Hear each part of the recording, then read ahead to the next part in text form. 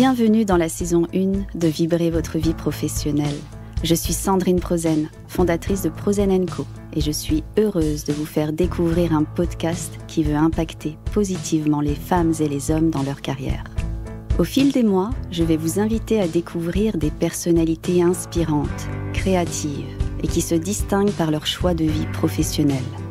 Tous vous partageront leur parcours et leurs conseils et leur vie fera écho, qui sait, à votre chemin. À travers ces discussions, j'espère que vous ressentirez l'énergie que chacun des invités cherche à mettre dans sa vie et ainsi qu'il soit une source d'inspiration pour vous. Je suis convaincue qu'il faut s'inspirer des autres pour mieux avancer. Alors, bonne écoute et vibrez votre vie professionnelle.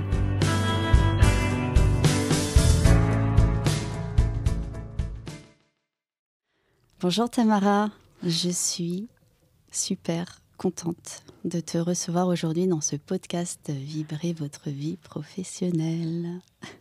Bonjour Sandrine également, merci pour ton accueil, ravie d'être là. Pas de quoi. Bon, alors, moi, je voulais commencer ce podcast un peu particulièrement avec une sorte de dynamique un peu bizarre, mais en fait, ce que je voulais te dire, c'est que sur notre chemin, on rencontre des personnes. Certaines vont passer dans notre chemin pendant 2 secondes, 10 secondes, 5 minutes, juste pour un message, et d'autres restent pendant plusieurs années, plusieurs temps. Et c'est un peu notre histoire commune, parce que finalement, on se connaît depuis longtemps. Donc j'ai suivi un peu ton parcours aussi professionnel, forcément. J'ai vu une femme qui était passionnée par son métier. C'est aussi pour ça que tu es là aujourd'hui. Le métier dans le secteur de l'immobilier. Tout à fait. J'ai vu une femme engagée, passionnée et aussi indépendante et qui n'avait pas peur de se lancer dans sa voie, de prendre des décisions, même quelquefois complexes. Mais tu n'as jamais eu peur en fait de rebondir et dans ce secteur, tu y es depuis très très très longtemps maintenant. Je voulais que tu partages en fait un peu ton histoire aujourd'hui, ton parcours professionnel donc dans ce secteur de l'immobilier. Donc je vais te présenter officiellement. Tu es Tamara Despoja, consultante experte en immobilier de prestige et résidentiel et aussi décoratrice d'intérieur. Est-ce que tu peux partager ton parcours, comment tu as bifurqué en fait dans ce secteur, dans ce milieu? Parce qu'en fait, rien ne te prédestinait à l'époque à y aller. Oui, tout à fait. Merci pour cette belle présentation, Sandrine. Pas de quoi. Alors, je précise, ça fait 26 ans qu'on se connaît. Et je me rappelle exactement du jour où on s'est rencontrés. On a pris le même train. Et on ne s'est plus jamais quittés.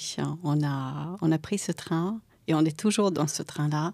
Et je pense que ma vie, c'était un petit peu ça. C'était la succession des trains et de belles rencontres. Et donc, comment j'ai commencé l'immobilier? En fait, oui, en effet, rien ne me prédestinait parce que j'habitais en Croatie. Donc, à 18 ans, je suis arrivée en France grâce à une famille d'accueil qui était juste excellente, qui m'ont accueillie. D'ailleurs, c'est toujours mes parents, comme mes deuxièmes parents.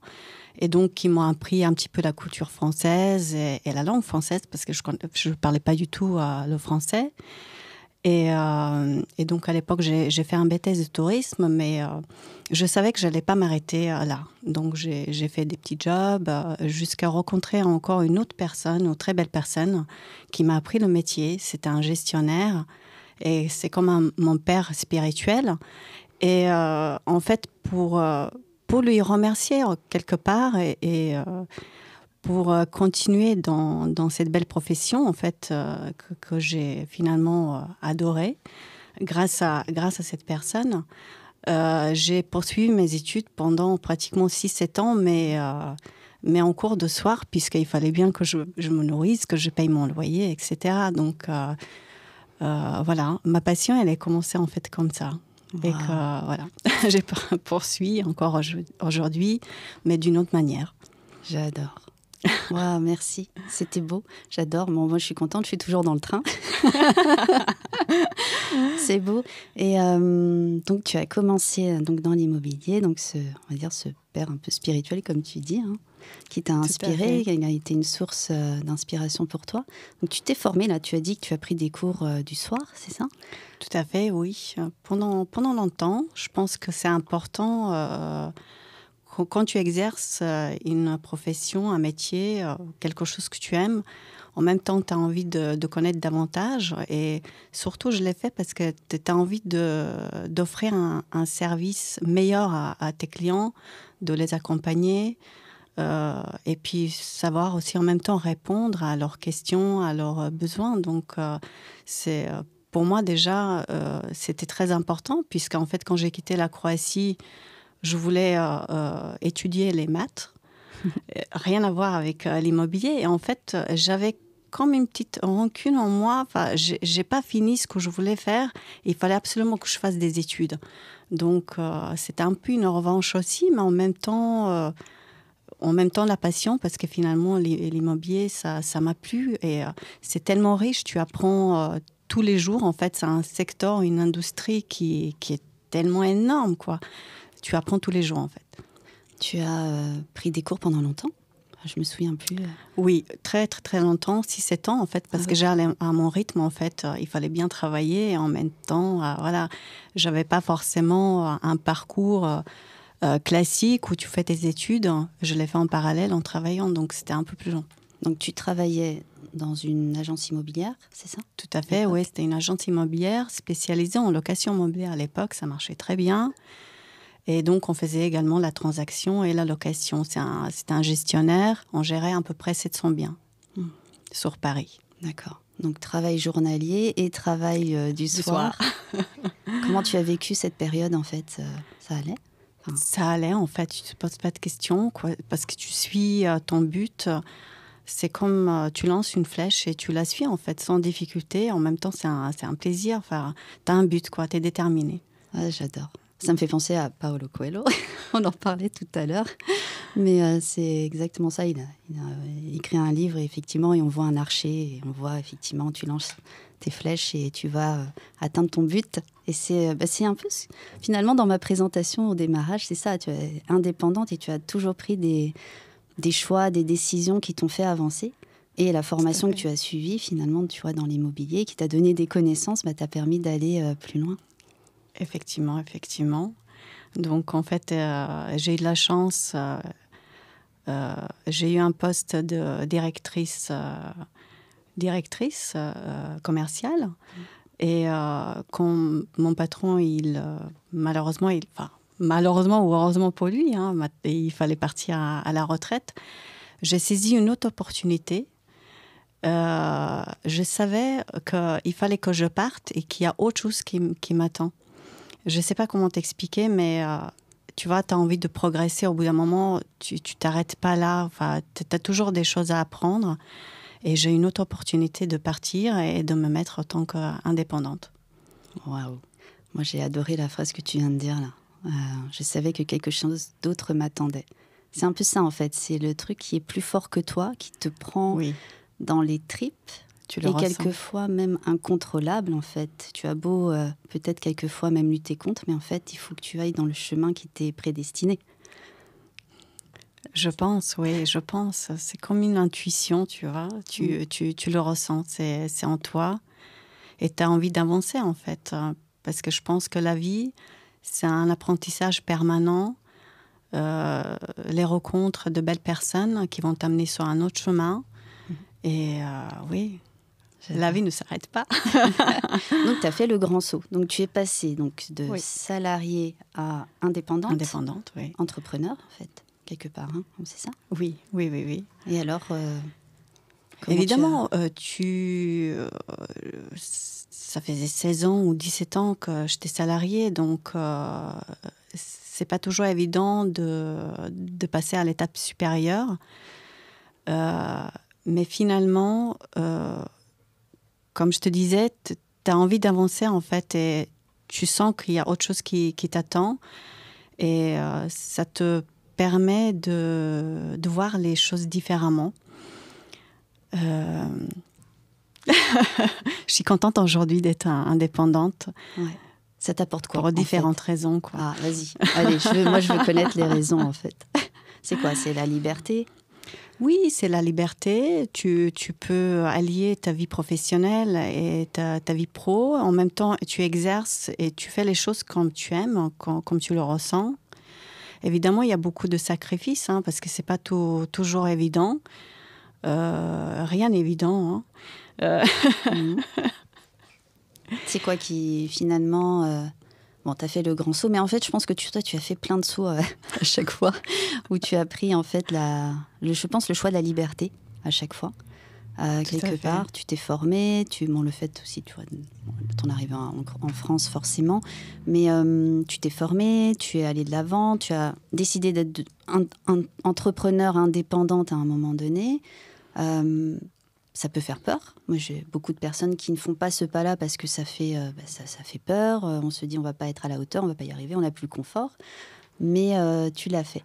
Aujourd'hui, est-ce que tu regrettes déjà? Absolument pas. Je suis ravie. Tu ne reviendrais pas en arrière? Non.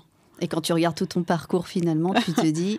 En fait, c'est une suite logique, je me dis. Il fallait que ça soit comme ça. Et puis aujourd'hui, j'ai envie de transmettre. J'ai envie de même accompagner parfois des nouvelles personnes qui se lancent dans l'entrepreneuriat. Je me sens à l'aise et je trouve que c'est une grande liberté, oui, en soi. Waouh, c'est beau. Et aujourd'hui, alors, du coup, en tant qu'indépendante, donc dans l'immobilier, comment tu t'organises, toi, dans tes journées? Parce que c'est quand même aussi un marché très concurrentiel, il faut le dire, entre les indépendants et ceux qui sont aussi en agence, etc. Comment tu t'organises, en fait? Je suis comme une agenda, en fait. Ok. Tu es obligée d'être très organisée, en fait. Si tu veux réussir, je pense, dans ce métier, il faut être récurrent. Tu fais à peu près toujours la même chose, mais il faut poursuivre ton agenda, en fait. Tu as lundi la pige, mardi tu rencontres les gardiens, tu fais la prospection en direct, vendredi tu relances tous tes clients et entre-temps tu as des visites, négociations et la transaction se fait. Il faut être complètement organisé et déterminé en fait et motivé. Je pense qu'il faut être récurrent, quoi. T'as rien sans rien. La régularité, c'est ça? Tout à fait. La pige, c'est quoi exactement? Attends. C'est la pige téléphonique, en fait. Okay. Tu cherches des nouveaux prospects par le téléphone. Ok. Donc, chaque jour a sa fonction, on va dire. Wow. Et le réseau, ça y fait? Le réseau, oui. Je pense que si tu te lances dans ce métier-là, le réseau, il est très, très important. Et si tu veux développer ton réseau, je pense qu'il faut être toujours disponible pour tes clients, tes anciens clients, tes nouveaux clients. Il n'y a que comme ça que tu vas les fidéliser. Et oui, c'est très important. Hein. On ne peut rien faire sans le réseau. Ouais, c'est eux qui te recommandent. Et oui, c'est ça, en fait. C'est de la recommandation. Oui. Ça marche beaucoup par bouche à oreille. Donc, plus tu es disponible à l'écoute, finalement... Forcément, ça a un impact auprès des personnes. Tout à fait. Et après, elles te recommandent, etc. Oui. C'est génial. Et du coup, comment tu fais aujourd'hui pour aussi te démarquer? Parce que, je l'ai dit un peu, c'est concurrentiel, il y a quand même beaucoup de monde. Au-delà de la régularité, etc., est-ce qu'il y a des choses que tu fais différemment, peut-être que d'autres, qui te donnent une plus-value tu vois? Oui, alors c'est vrai que c'est un marché ultra concurrentiel. Enfin, je pense qu'aujourd'hui, on est 150 000 agents référencés par la FNAIM et sans compter tous les indépendants. Donc, je pense qu'au total, on doit être 450 000. C'est énorme, en fait. Et tout le monde fait à peu près la même chose. Tout le monde a les mêmes logiciels pour diffuser, etc. Donc, je pense qu'il fait la différence aujourd'hui. C'est ta manière d'accompagner tes clients. Il faut être très à l'écoute et je pense qu'il faut avoir une certaine empathie parce que finalement, quand tu fais une transaction immobilière, c'est beaucoup d'émotions. Tu vas, par exemple, tu vas vendre une maison où la personne a vécu 40 ans dedans. Donc, elle a du mal à vendre son bien immobilier. Ça représente toute sa vie, si tu veux. Ou lorsqu'il y a un divorce. Donc, forcément, il faut avoir une certaine empathie. Il faut les écouter, il faut être disponible, il faut les rassurer. Mis à part tes compétences techniques, hein, ça s'apprend. Mais après, c'est tout cet aspect humain, en fait, qu'il faut aimer, en fait. Il faut aimer l'humain. Il faut aimer profondément la personne et puis lire en elle, quoi. Ouais, c'est beau. J'aime bien. Ça fait vraiment écho. Et, c'est un peu le côté zen de Prozen, finalement, être orienté sur l'humain et c'est aussi sur le bien-être. Hein. Forcément, quand on vend son bien, il y a beaucoup d'émotions. En tant que consultante, du coup, experte là, en IMO, tu prends toute cette émotion-là et tu la fais transparaître lors de la vente. Et les acquéreurs, est-ce que c'est pareil? Ils ont autant d'émotions, eux? Tout à fait, parce que c'est un engagement à long terme. Hein. Tu achètes pas une baguette, tu achètes un appartement où tu vas t'engager financièrement pendant 20, 25 ans, 30 ans. Donc, forcément, ils ont besoin d'être bien accompagnés, d'être compris surtout dans leur démarche. Wow. Donc l'écoute, l'humain, la disponibilité, être présente, ça c'est très important. Tout à fait, oui. Et au-delà de ça, donc les compétences techniques, comme tu as dit, que tu as, tu continues quand même à te former, c'est ça aussi, non? Oui, alors tu te formes pratiquement tous les jours, donc, et puis on a une obligation, donc on continue de 14 heures pour tous les agents immobiliers, par an.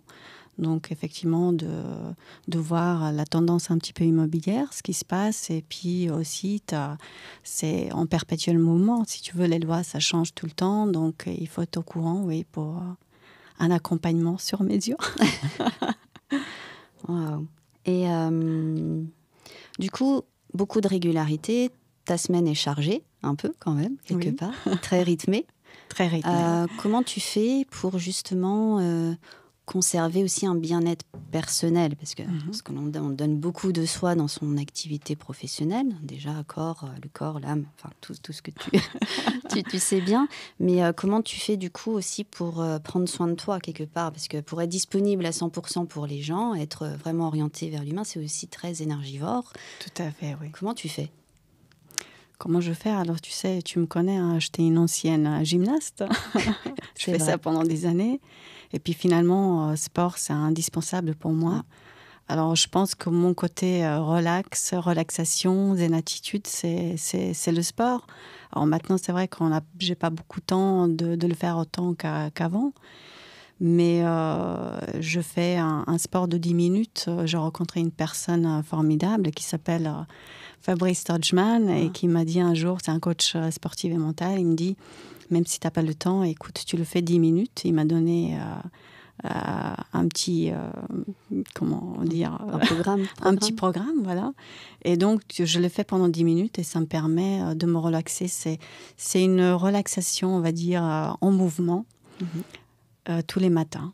D'accord. Et ça me fait du bien, ça me permet de canaliser mon esprit, mon corps et dégager toutes les énergies négatives. Ah, ça c'est bien, les énergies négatives.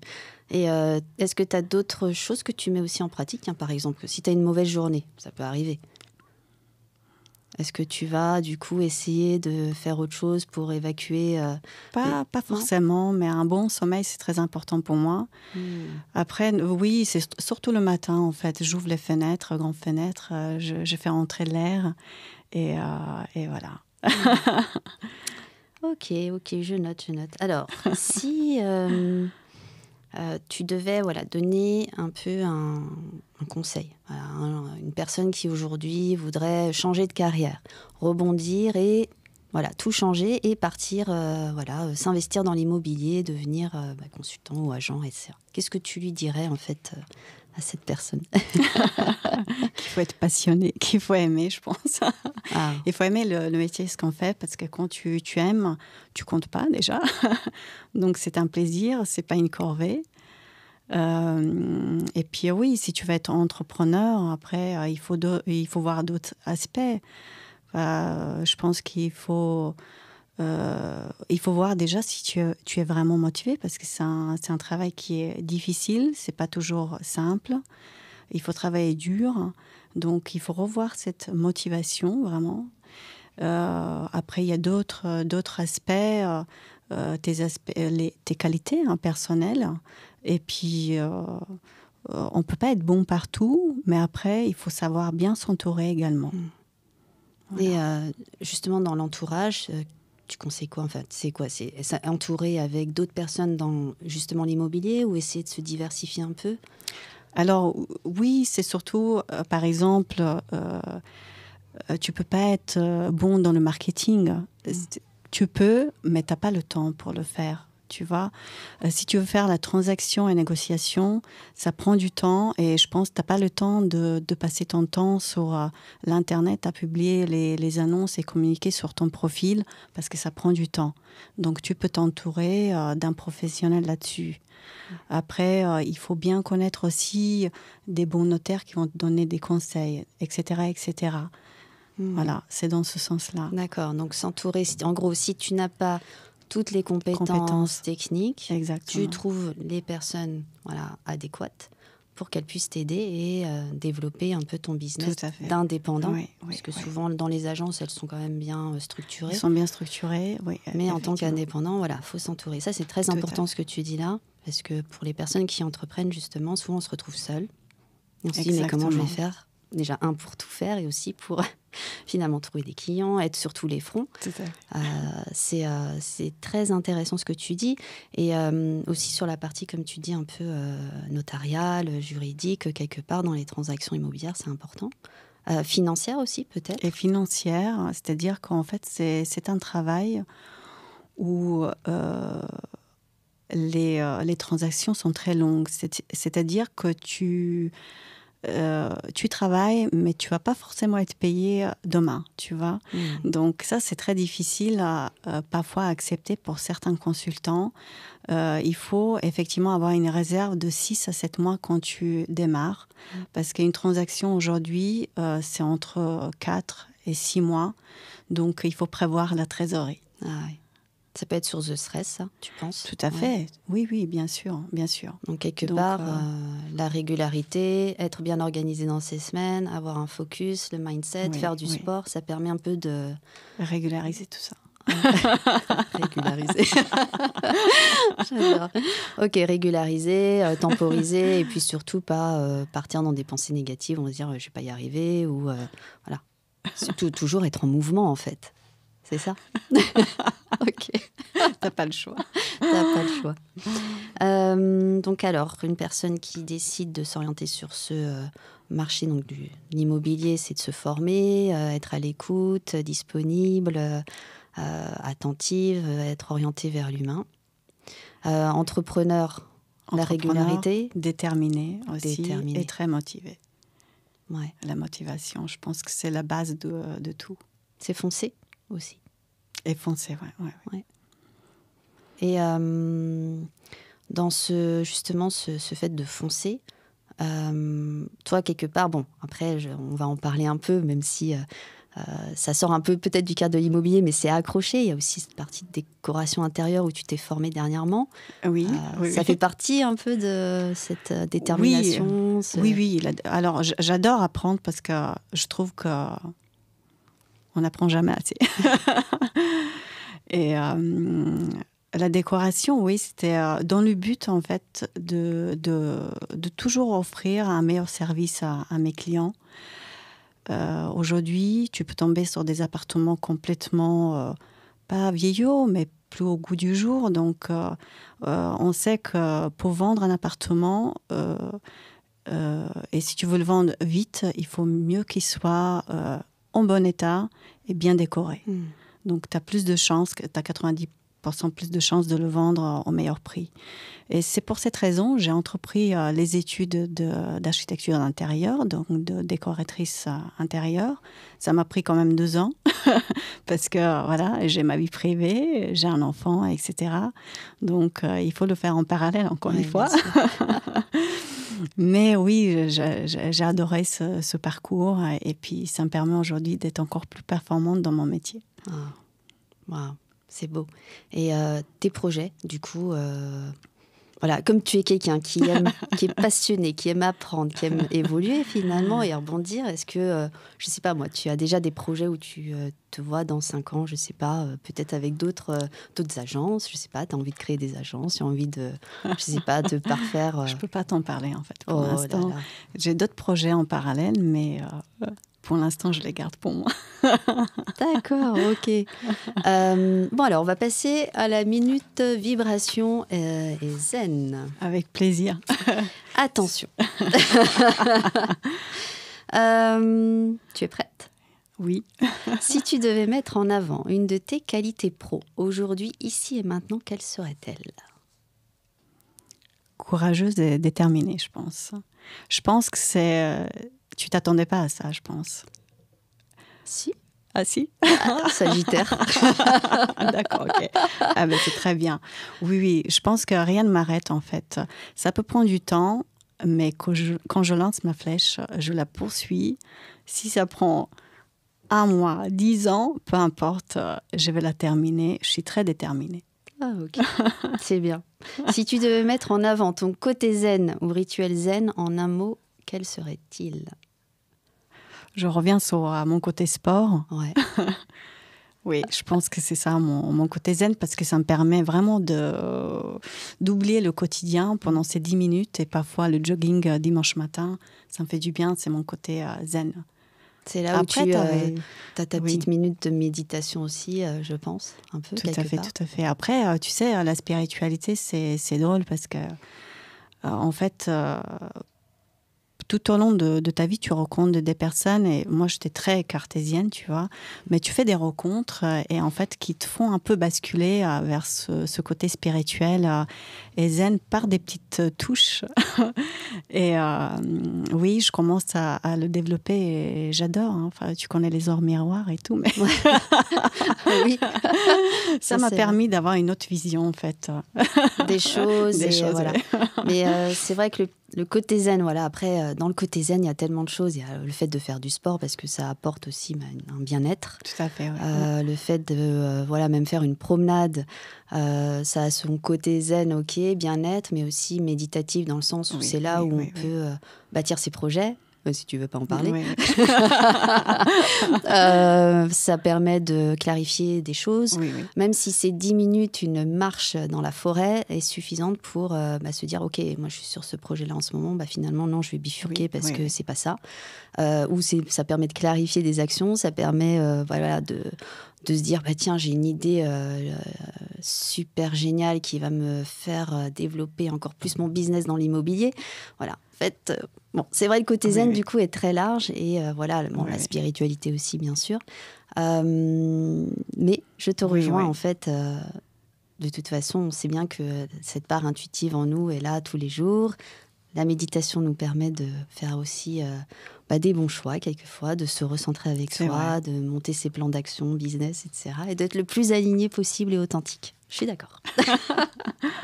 Alors, attention, si tu devais être un objet qui te personnalise dans ton quotidien. Je pense que ce serait l'agenda, en fait. C'est ce côté très organisé, à suivre ses directives, sa journée. Oui, oui, je pense que c'est l'agenda qui me détermine très, très, très bien. Je suis très organisée, en fait. Moi, je pensais que tu allais me dire le stylo. Ah oui, à signature. Ouais, c'est pas Si tu devais être un objet dans un appartement ou une maison, tu serais quoi? Alors, je serais un dictionnaire multilingue. Alors, pourquoi je dis ça? Pas parce que je parle plusieurs langues. Au contraire, en fait, je pense que c'est parce que j'arrive à comprendre les cultures à travers cette difficulté de langue qui nous sépare.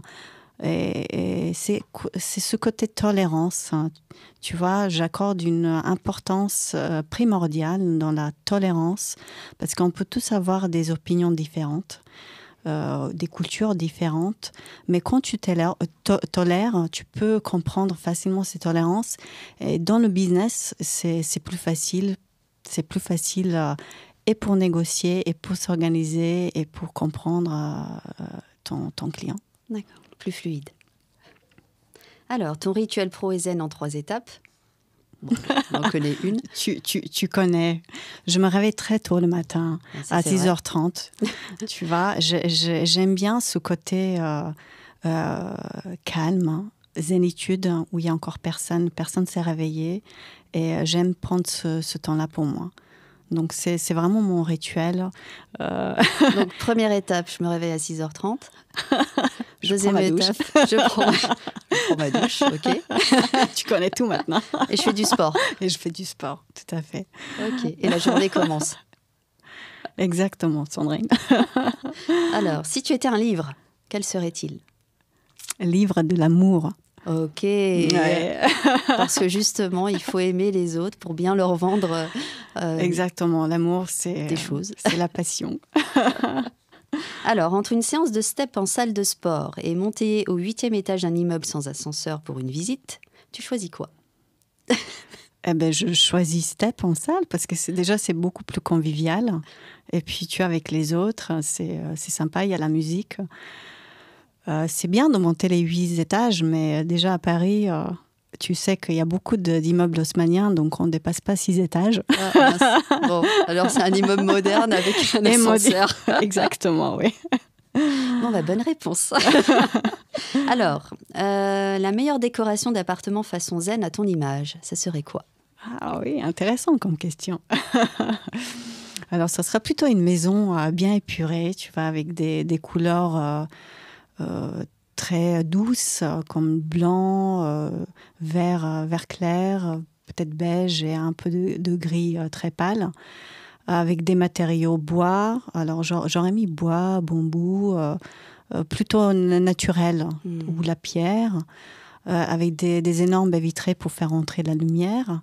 Et puis en même temps, tu vas avoir ce passage vers l'extérieur. Alors si on peut avoir la mer en face, ça serait encore mieux. Ah, tu vois. Ça, je suis d'accord. Et peut-être une partie pour faire la méditation quelque part, hein, enfin des endroits dans la maison. Alors il faut que ça circule bien si tu veux l'énergie. Donc des espaces plutôt ouverts. Très feng shui. Ouais, exactement, oui. Attention, ton mentor pro de tous les jours qui t'inspire. Pro. Alors, j'ai pas forcément un mentor pro. J'ai beaucoup lu des livres sur l'immobilier, des personnes qui sont extrêmement intéressantes. Maintenant, j'ai pas forcément un mentor pro. Je pense que mon mentor, c'était mon père parce qu'il m'a transmis de bonnes valeurs. Et je lui remercie aujourd'hui pour ça. Ton mentor zen de tous les jours qui t'inspire ? Ah ben c'est toi. Oui. Merci. Oh là là, c'est une grosse responsabilité. Oh là là, c'est bon. Très bien, je note, merci. Et attention, la question finale. Si tu étais le bien immobilier indispensable et en vente actuellement, tu serais quoi ? Alors, je serais une maison moderne. Alors, une maison moderne et... Attends, laisse-moi réfléchir un petit peu, parce que ça, c'est une question intéressante. Ça ne sera pas un appartement forcément, même si j'exerce plus à Paris. Ça sera plus une maison moderne, mais avec tous ces aspects un peu... durable. Côté aussi zen, non ? Un peu dans la nature. Un peu zen aussi, oui, avec des énormes baies vitrées qui regardent vers tout ce qui est la verdure, vers la forêt, etc. Mais proche de transport en commun. C'est quand même important d'être connecté avec le centre-ville. Et puis oui, quelque chose qui va relier le confort, la modernité et puis tout ce qui est le développement durable aujourd'hui. C'est important, je pense que c'est ce que recherchent tous les clients actuellement.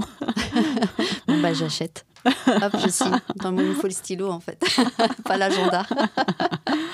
Bah, merci Tamara pour ce moment, pour avoir partagé tes conseils, un peu ton parcours.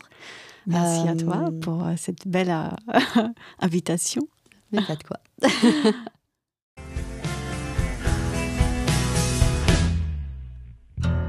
Un grand merci pour votre attention et j'espère que cet épisode vous a inspiré. Pour en savoir plus sur mes accompagnements, rendez-vous sur mon site internet prozenenco.com et contactez-moi sur mes réseaux. À bientôt.